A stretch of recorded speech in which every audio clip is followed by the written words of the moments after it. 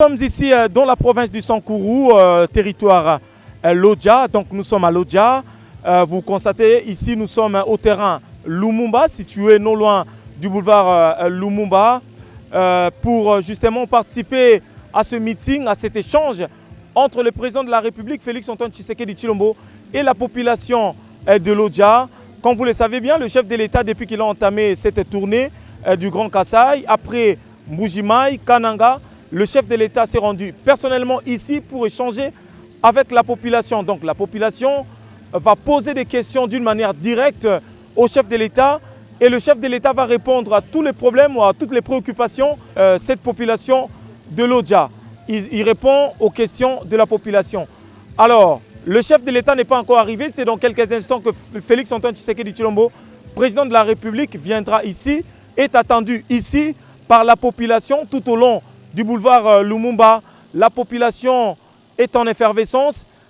Ici, sur le terrain Lumumba, ou stade Lumumba communément appelé, la population est vraiment en attente du fils de la République démocratique du Congo, Félix-Antoine Tshisekedi Tshilombo. Alors il viendra, il va échanger avec la population de cette partie. Alors par rapport au programme, juste après, ici à Lodja, le chef de l'État se rendra à Tchoumbé, plus de 200 km de Lodja, où il va échanger également avec quelques notables. Ces notables seront reçus par le chef de l'État, ils vont échanger sur un certain nombre de choses. Alors parlons concernant ce qui se passe ici. En tout cas, nous avons posé des questions aux habitants de Lodja. En tout cas, la personne la plus aimée ou l'autorité ou le notable le plus aimé ici, actuellement, c'est Daniel Asselo, actuel vice-premier ministre et ministre de l'Intérieur. Par rapport au sondage, en tout cas, c'est lui qui est vraiment au top ici. Vraiment, c'est extraordinaire. Suivi de Lambert Mende et les autres. Je rappelle également, il y a Cheikh Kitundu qui est présent, qui va participer à ce meeting du chef de l'État. Alors, je vous laisse d'abord suivre l'arrivée du chef de l'État et suivre le discours du chef de l'État. Nous allons nous retrouver juste après pour clôturer notre page spéciale consacrée à la tournée. Congo, Congo nde mboka, mboka ngo mokengeli koi, mboka ngo mokengeli léopard.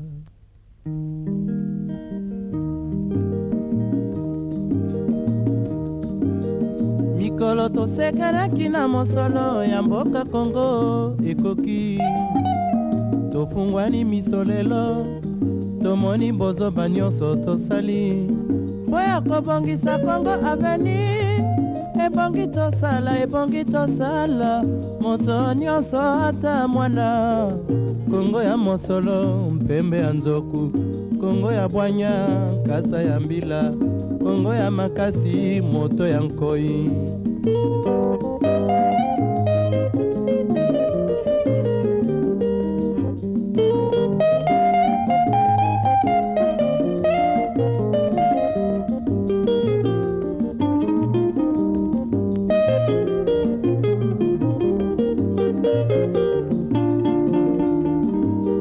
Mikolo tosekanaki na mosolo ya mboka Congo ekoki, tofungwani misolelo, tomoni bozoba nyonso tosali mpo ya kobongisa Congo aveni.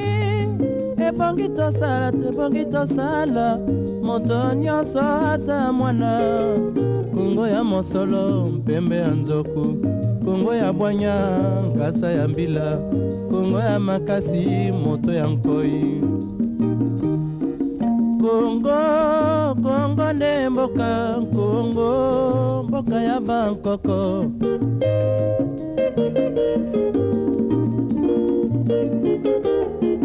Congo mboko mona pamba lobi, mboko lula yango.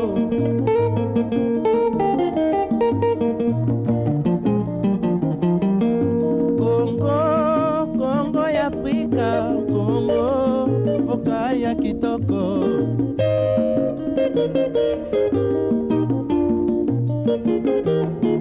Congo ya batu mayele, Congo bakobikisa yo.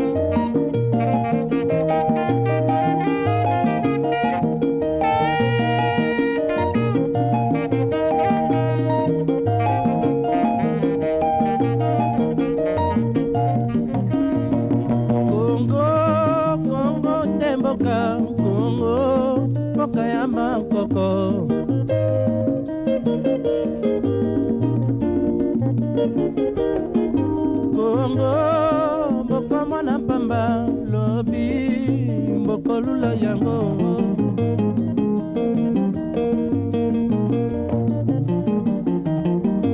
Kongo bana bazali koyekola Kongo bakobikisa yo.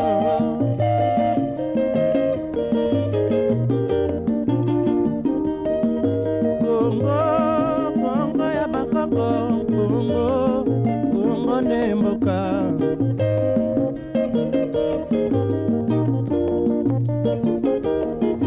Kongo Kongo ne mboka Kongo mboka ya bakoko. Mboka ngo mokengeli Léopard.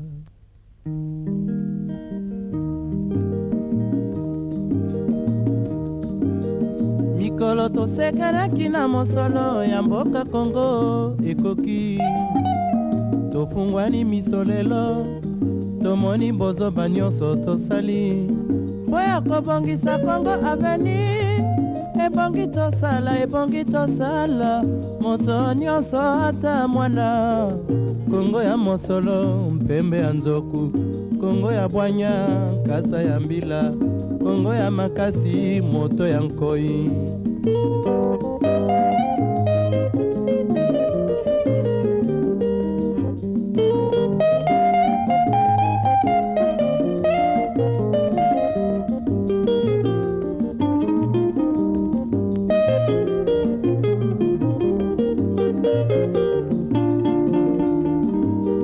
Mikolo tosekanaki na mosolo ya mboka Kongo ekoki. Tofungwani misolelo tomoni bozoba nyonso tosali mpo ya kobongisa Kongo aveni. Ebongi tosala moto nyonso ata mwana. Kongo ya mosolo mpembe ya nzoku, Kongo ya bwanya nkasa ya mbila, Kongo ya makasi moto ya nkoi. Kongo nde mboka Kongo mboka ya bankoko.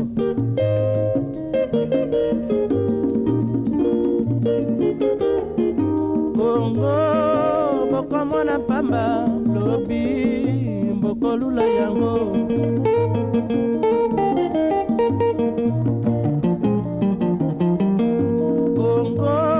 Kongo ya Afrika Kongo mboka ya kitoko.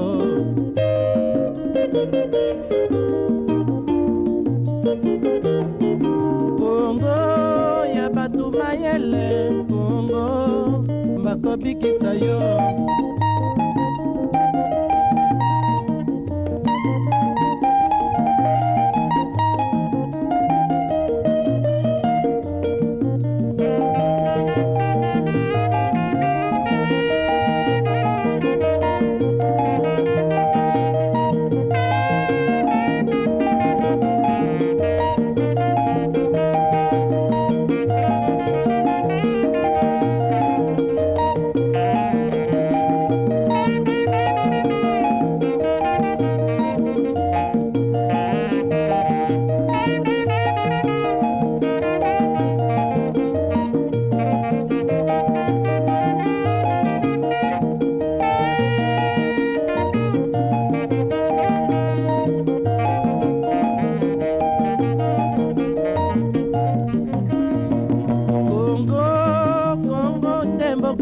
Kongo mboka ya bankoko.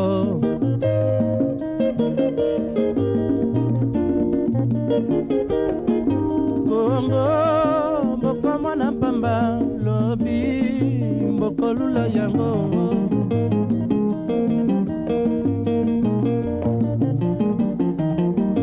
Kongo bana bazali koyekola Kongo bakobikisa yo.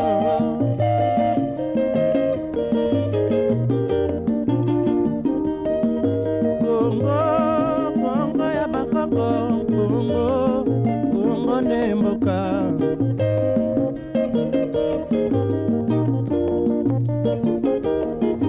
Kongo ne mboka Kongo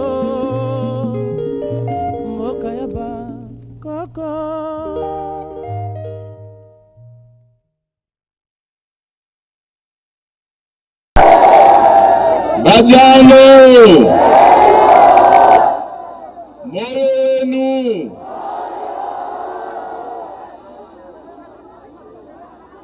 Merci mingi bandeko na ngai. Merci nazali na esengo mingi. Nazali na esengo ya komona bino. Esengo ya kosolola pe na bino. Nakomi awa tango eseleki po mosala elekaki epai ya bandeko na biso kuna na Kananga. Nasengi bino bolimbisi po na retard oyo nakomi, mais likambo te essentiel ezali tomonana toyokana makambo oyo ngai na ye nango nayoka pe makambo oyo bino bozali na yango.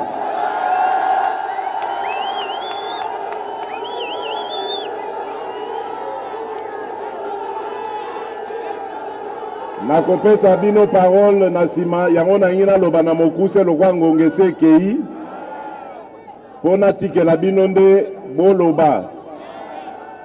Tokozwa ba mama mibale na bilenge mibale oyo bakoki koyebisa ngai bapasi na makambo nyonso oyo ezali na Sankuru.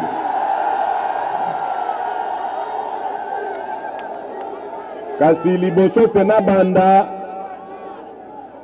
esengeli na yebisa bino ke mabele oyo makila na ngai pe ezali awa.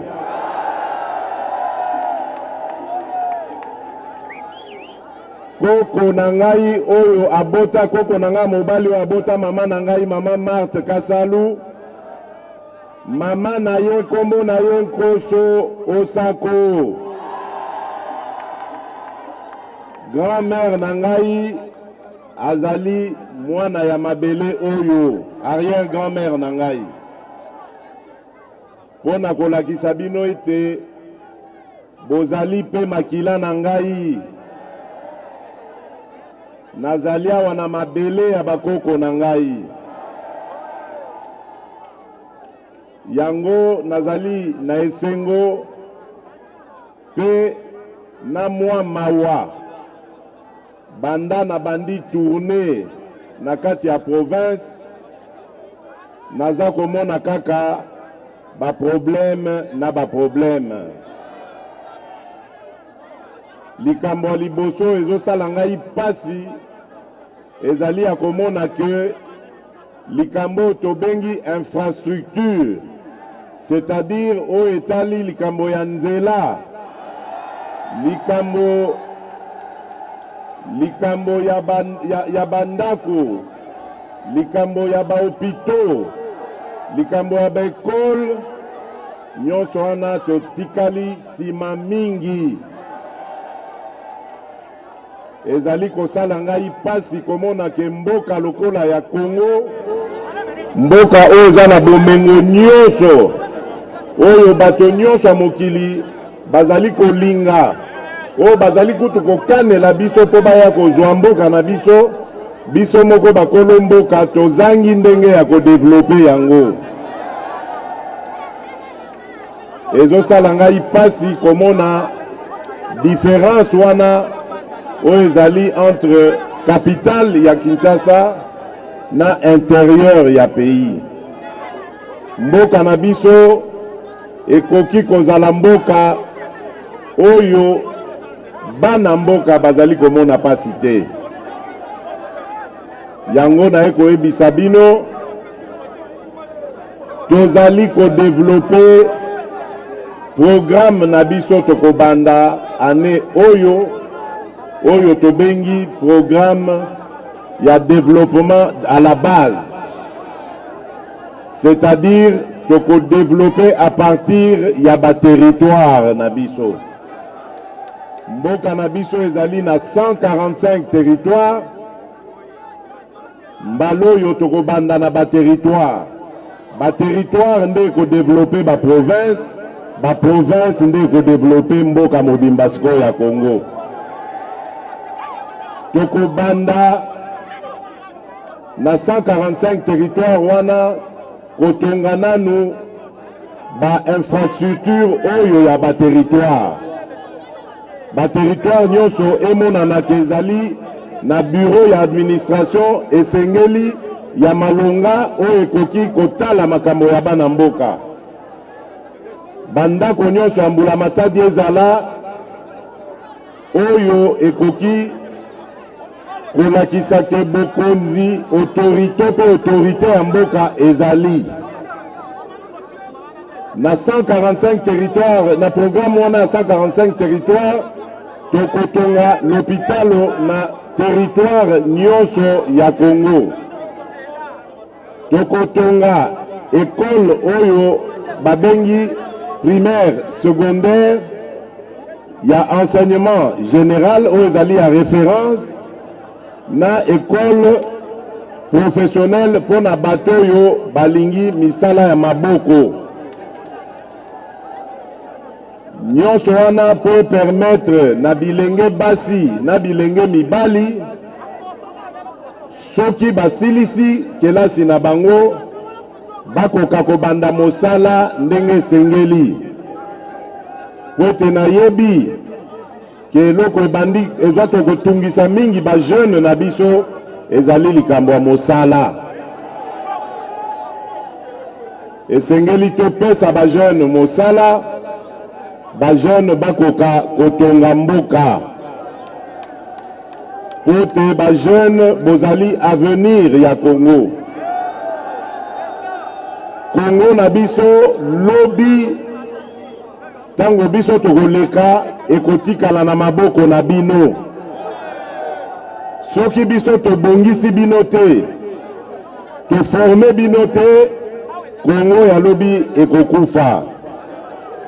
Yango wana mayele nanga maso énergie na ngai na ngina tia yango na programme o wana ya 145 territoire pote na yebi ke ba oyo bakotonga territoire ezali ba oyo bazana makasi ezali bilenge basi pe mibali oyo bakokoka kozwa responsabilité ya makambo nyonso ya mboka lobi bakoka kokende liboso. Bana mboka likambo oyo tungisi biso mingi pe lisusu na mboka na biso Congo alors que ce n'est pas normal. Ezali likambo ya agriculture, likambo ya nzala. Na mboka na biso tokoki kokufa nzala te na Congo ya bakoko na biso. Tokoki kokufa ata nzala ta mokolo moko te. Comment se fait-il que tokoki biso mutu toza na mabele ya bwanya boye kozanga ata farine oyo ya kosala nango fufu, kozanga ata farine oyo ya kosala nango kwanga, kozanga ata makemba oyo ezali kobima partout, ezali kobota partout na mboka Congo, ezali na kopola. Nyonso wana ezali bozangi bolingo envers peuple congolais. Po soki tozalaki na mwa ndambo ya bolingo, peuple congolais ekoki komona pasi te, ekoki kozanga eloko te. Yango na programme ya 145 territoires, volet moko important, le plus important na koloba kutu ezali yo wana ya agriculture. Esengeli to développer agriculture Congo mobimba.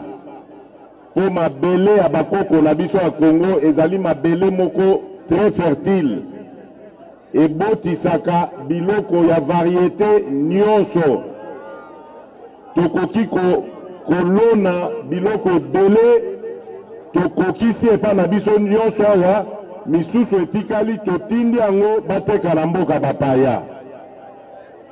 Yango nalingi na banda ko développer à partir ya programme na biso ya 145 territoires. batata, bamama, bandeko, bilenge, basi pe mibali, nalingi naloba na bino ete makambo nyonso wana mpona kokokisa yango ekosenga tozala bomoko. Kongole bisika nyonso tozali tolingi kaka bokabwani. Ata awa na Sankuru, plus précisément na Lodja, na yoki pe makambo wana ya bokabwani. Ezali kosala ngai pasi. Po tozali makila moko. Tozali bandeko. Tokoki kobomana te po na likambo oyo etali pouvoir. Tozali na bomoko. Oyo bazwi bokonzi, topesa bango bénédiction. Oyo pe batikali, babanda kobongama pe po tour na bango pe un jour ekoma. Likambo ya kobomana koyinana ezali wana te. Po pasi soki ekangi biso ekokanga biso baso. Pasi eponaka ekolo te, eponaka elongi te. Pasi ezwaka mboka mobimba. Soki ekangi mboka ezwi bana mboka nyonso wana mobimba. Yango esengeli bino bana ya Lodja, bana ya Sankuru, bosangisa mayele esika moko. Na bomoko wana nde bokokoka kotonga mboka na biso ya Lodja, province na biso ya Sankuru. Bopalangana te, bolanda biloba loba te, boyoka be motema na bino, oyo ekotinda bino, olinga moninga na yo Kongole.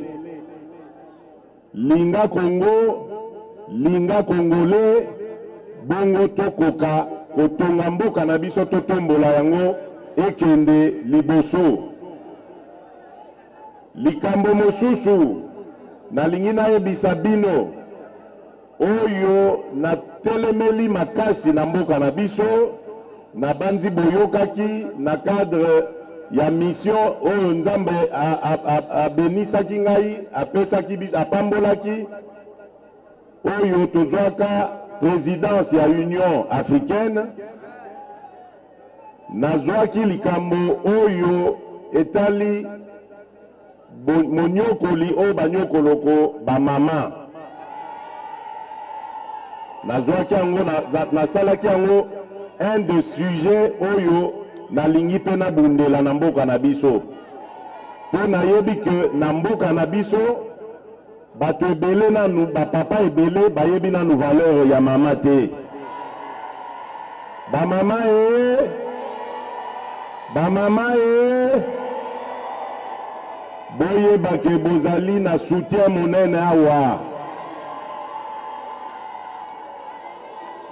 Mama wuta baboti aza nanu elenge aza mwana esengeli bapesa ye ba chance moko na ndeko na ye mobali. Mama moto aboti biso, mama moto asimbaka mboka, mama moto asimbaka libota. Soki to néglige ba mama tozali komi néglige biso moko. Toye bana kopesa ba mama na biso valeur. Banda bomwana ntango azali kobota maza kokola totika mwana mwasi atanga kelasi na ye asilisa. Azwa pe mayele ndenge moko na mobali azela mokolo mobali akomona na po abala ye moko adeside akende libala. Ezala te bokatisi mwana kelasi po mbangu akende kobala abota. Nyonso wana ezali malamu. Kasi esengeli mwana mwasi akola akoma pe na âge ya maturité oyo ekosenga ke amema pe oyo aye contribution na kotonga oyo tozali kotonga mboka. Bomoni na mesure oyo nazwaki ntango na ye nazwi bokonzi sika na 2019 nalobi constitution na biso elobi mwana nyonso ya Kongo oyo azali na ntango ya kokende nanu kelasi esengeli akende kelasi ya ofele ya kofutisa te. Nayebaki ke mesure wana ezali makasi mingi po ba enseignant na biso mingi bazwaka lifuta na bango esika ya ba parents, lokwa ba parents bapesaka mbongo yango bazwaka place bazwaka lifuta nga na obite. Mosala wana ya kofuta ba enseignant balakisi ezali ya ba parents te. Parent aza deja konyokwama deja na pasi aza nango koluka mosala, soki pa aza na mosala salaire ya malonga te, esengeli lisusu abimisa na salaire wana mpona kelasi na obite. Tobanda nanu biso leta tozwa charge wana. Mwana nyonso ya Congo esengeli atanga ofele. Bomoni tango tosali ndenge wana bana basi ebele oyo na mabota na bango basi balongolaki bango na calcul ya kelasi bakoki sikoyo na kozonga kelasi. Bazongi kelasi batanga lokwa baninga na bango mibali.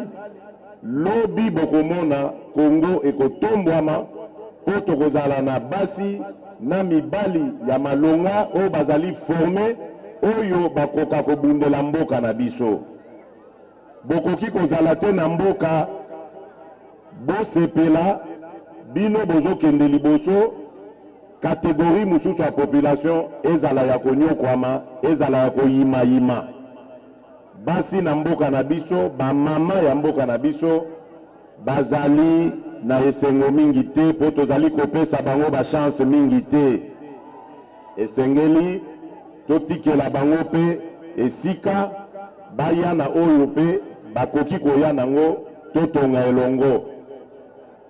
Likambo wana ndenge naza koyebisa bino ezali valeur monene nazali koinsiste na yango po na lingi Congo na biso ekota na kati ya lingomba ya ba pays ba nation oyo babengi moderne oyo ezali ko se développer na peuple na yango mobimba.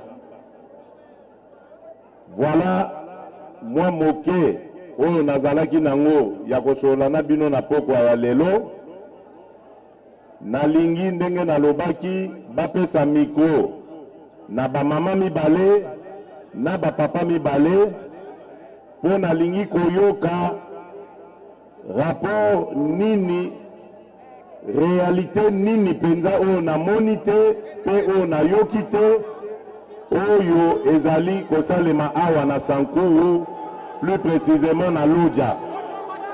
Nalingi koyoka bino boyebisa ngai totala ndenge nini moke moke tokobanda kobongisa makambo maso wana. Tozolinga nda obongisa mboka na biso ya Sankuru, bakonzi na biso bazala na Bumoko. Papa limbisa baoyo nyonso basalaki mabe, limbisa papa kotisa Bumoko. Bazala na Bumoko pa biso pe tolanda nzela na bango. Kotika biso te papa, bamibali na biso bapete eza te. Tozo souffrir papa mpona komona ta elamba ya kolata boye pasi, mbongo ya kosala commerce toza nango te, salaire tozozwa po tofutela bana classe, hôpital kaka wana, ndako ya kofutela kaka wana. Papa moye eza te papa Fachi, moye eza te na Sankuru. Biso bana mdekuta utambujima yawa tozo souffrir papa moye eza te. Somba litapo okangisa suki eza pasi, mbongo ekouta wapi papa? Bongisa mboka na biso, limbisa badepute na biso, bomoko ezala. Biso toboyi makambo ya boye, bomoko ezala na badepute na biso papa. Bazala na bomoko. Papa Fatima. Eyokani. Salaire ezokoka te. Tobimi awa ti makolo na aéroport kozonga nani akosunga biso na transport. Bino yosaka wapi mama? Ngana za mwasi ya FARDC. FARDC ya Lodja, Sankuru. Bami bali na biso bazosu, totamboli makolo ti na aéroport. Tozongi makolo, tala nana tozo yamba yo suki moya ata kokanisa suki ezate. Moya kosomba ta elamba ezate papa na ngai. Ongisa talela biso papa. Baba. Yambi.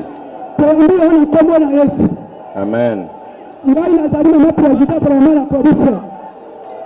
papa tosouffrir bakomi bamiyibi nazali na possibilité ya kotangisa bana te sasa sorte nini tokotangisa bana ndenge nini papa tokosuela mba ekolata ndenge nini tozali kofutela bandeko locataire moya biso kosala ezali te papa mikolo yo ofandaki nebenga tosepelaki mingi te oyo ya biso nzambe asali aye kotobonga mboka abonga papa tina oyo tozali na souffrance mibali sali te ata tani ya malongo eza te bagrade eza te papa toyebi ndenge ya kosala te mobali soki akai na mosala soki akai kokanga moto balobi akai kosala pakaseni bana bazala na nzala sasa soantamiri ata ini simani ezokoka te papa mama denise yoende mama na biso era yoye yokela biso mawa tala maputo oyo todefini ya kodefa baplante tozunyongo papa tosangi yo okanisela biso tosufri ya makasi awa boye biso tobanda osepela ntango oyo eleki président soki moto asepelaki te seke na ndenge na ye ngai nabengaka yo président Fati te ngai nabengaka yo mwana bilaka bato babengaka yo Fati babengaka na ndenge na bango me ngai nabengaka yo mwana bilaka na nini nabengaka yo mwana bilaka makambo oyo bandi kosala par rapport na bato bazosala ekeseni oyo ya liboso na loja ya boye nayebi te soki eza monde apart na ngambu ya Kongo soki eza na Kongo wana eza motuna na ngai koyamela ngai na bosengi nyonso mosusu yo soldat na yo ezalaka le peuple d'abord mais mpo na ngai nazobute le peuple d'abord okotuna ngai na nini motuna ya mibale awa boye nayebi te soki président olamba nazogouverne loja opia yo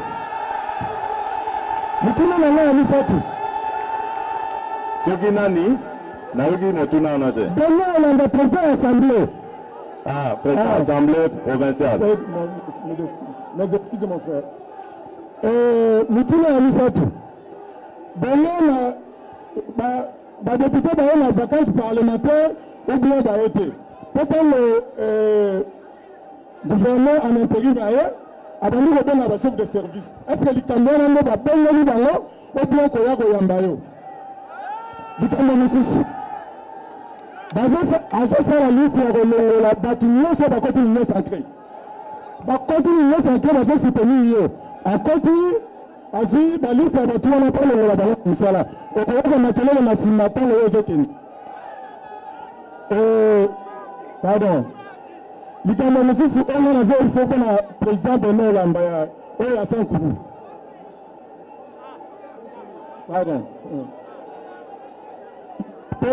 tozozela mwana bilaka azoya ye azosangana na bato na bango mpo balongola basi depute ya biso ya province oyo baza epai na epai mpo batya trouble mpo ya te tozonga mpo tosikala na pentecoste wana likambo wana yo kotelela biso makambo oyo ezolekala boye soki obongisi te etali yo moko likambo ya suka oyo nazonyata se te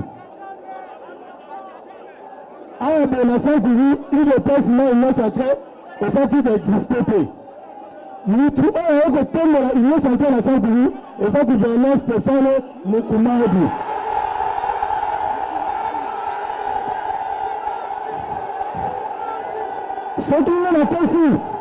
soki nga nakosi nazotuna le peuple d'abord oyo ayowasite nazotuna bango bolingini bayamela yo mpe comprendre bolinginini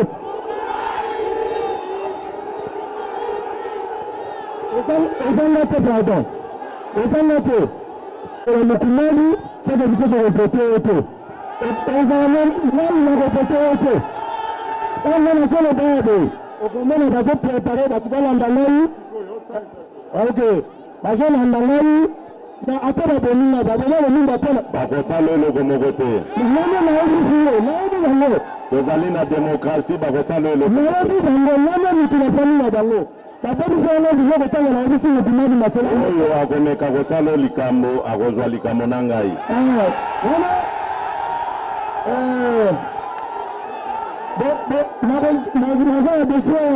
naza na besoin ya numero ya VPN asa na sécurité na ngai apena kosala nga moko nazala na garde moko tine élection na yo mpo nasunga yo tine élection otipelinga na mbolo wana kofinaka policier bio soda wana nakoyebisa VPN ata likambo na yo wamoni nani likambo na nga te oyo gouverneur na gouverneur en intérim na pardon gouverneur en intérim na makambo ya président olamba soki bango nde baza gouverneur soki bango te okoyamela ngai merci mon président merci papa Yambi papa vraiment tosepeli ndenge okomi na mboka na yo papa yoka biso mawa badepute oyo bazosoutenir yo Beno Olamba ngoli bango nayebi te soki Beno Olamba nde aza président ya république démocratique du Congo. Papa olobaki ke peuple d'abord zongisela biso lukunadi ntango ekoti na pouvoir lukunadi mpe akoti papa tosepelaki makasi impunité esilaki ntango alonge babali koboma bato na masasi papa ndenge nalobi te sécurité na yo te nakokufa parce que bato ya FCC bayokaka moto mawa te me ndenge zoloba boye okoyoka babomi mwana na nga wana oyo abandaki koloba merci mingi papa ozali deja na courage ya koloba moto mabe moto ya motema mabe abangaka bacourageux merci papa okolo oza na courage bato bali kosala mabe nde bakomi na bobangi sikoyo merci papa zongisela biso obangi eloko moko te zongisela biso sasali mituluda mpona merci papa opesi ya yo barespecte yo oyo mpe aza contre yo mpe respecte yo olobi ne bon wana eza mpe opinion na yo sikoyo oyo akozala na majorité nde ye wana nde tokolanda merci papa merci voilà nde yango nazoloba botikali su na liloba me ezali mbala ya suka te tomonani nauti koyebisa bino awa tozali kolancer année oyo na année prochaine programme ya développement ya 145 territoires ekomema biso ti na kotombola Congo na biso oyo baproblème nyonso nayoki ya bamama surtout oyo esalinga mpasi ezali likambo oyo etali basalaire ya bamibali na bango mama nayebi likambo wana nayebi ke 160 000 ezali mbongo oyo esengeli kofuta nango moto na Congo te fonctionnaire akoka koleisa famille na ye me boyeba ke situation wana ezalaki oyo toyaki kokuta banda toya tobandi mosala ya kokanga kozipa bisika nyonso mbongo ya Congo pe ya bakongole ezalaki kobima mbongo wana oyo ezalaki kosala ke bato bafutaka bango mbongo moke lelo tobandi komatisa barecette ya mboka na biso ça veut dire que mikolo mizali koya kuna bokoyoka que conséquence nango ekozala sur les salaires ya bafonctionnaire ya mboka na biso donc bozala na patience toye mpona kosalela Congo mpe bakongolais toye mpona koyiba mboka oyo te koboma yango te d'ailleurs eloko ya koboma eza susu te mpo ese ekufa toye nde kotombola yango kozongisa yango na esika esengeli ezala bosala ngai confiance na kozonga lisusu awa ntango misala ya 145 territoire ekobanda mpona ya kotala mpe baavancement ya misala wana awa na mboka na biso ya Lodja mpona lelo na suki wana tokei kotala sikoyo bandeko ya Tshumbe tokolala na Tshumbe lobi nakende koinstale bakonzi oyo ya Lumumba ville boyokaki ke Tosali Lumumba ville pour honorer héros national Oyo Yamboka Nabiso, Patrice Emery Lumumba.